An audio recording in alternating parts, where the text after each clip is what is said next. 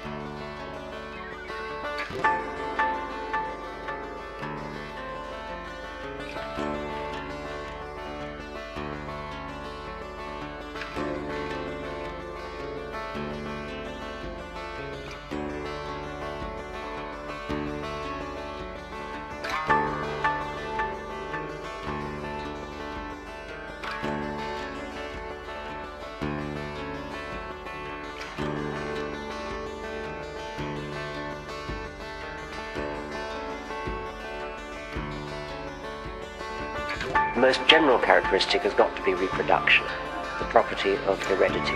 Everything else follows from that. Once you've got anywhere in the universe heredity, the equivalent of DNA, it doesn't have to be DNA, but the equivalent of something that makes copies of itself, genes in other words, then Darwinian natural selection, evolution, and life will follow. Now, in practice, on this planet, life has all sorts of other properties like respiration and feeding and things like that. But the fundamental one is reproduction. Project Phoenix has a fairly straightforward philosophy. We point our telescope in the direction of nearby sun-like stars, stars that are cousins of our own sun. Those are the ones we think are most likely to have planets somewhat similar to Earth around them, and maybe with an advanced civilization on one of those planets.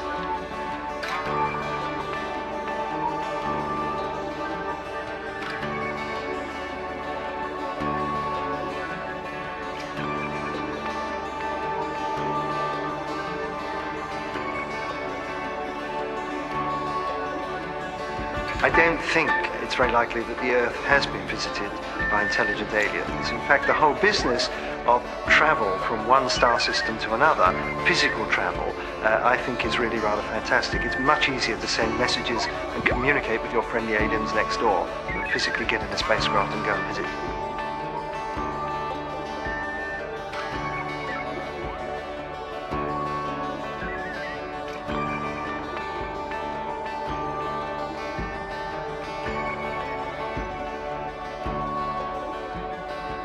I don't know whether we'll find life beyond single cell. And when I talk about life, I want to be very, very clear. Single cell life would be an unbelievable find. And any higher level, I just don't know. I just don't know. But I doubt that we'd find a human species.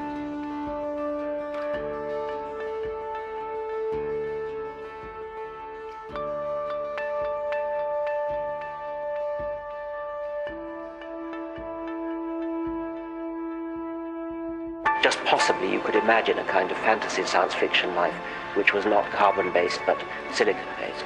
But you don't have to go to silicon. You could have other kinds of carbon-based organic life which would be very, very different from life on this planet as we know it and still be living.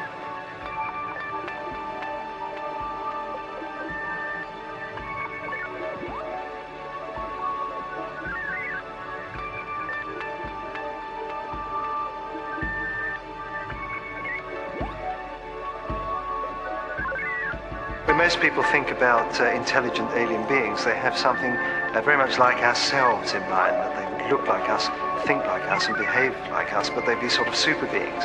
And when you look back in history, stories of angels and giants and Greek gods and so on, they're always presented in this human or semi-human form. I think that's just some sort of deep cultural need to believe in something like ourselves but better.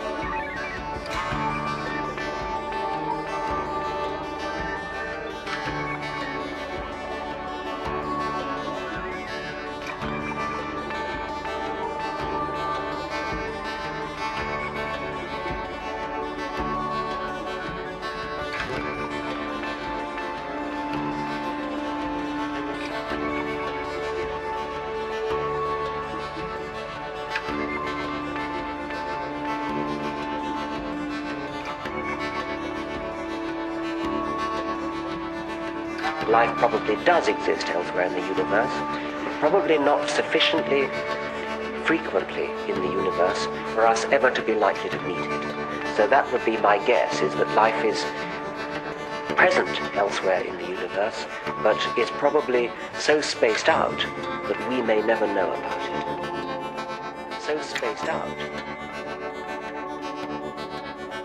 So spaced out. So spaced out. So spaced out. So spaced out. So spaced out. So spaced out. So spaced out. So spaced out. So spaced out. So spaced out. So spaced out. So spaced out. So spaced out. So spaced out. So spaced out.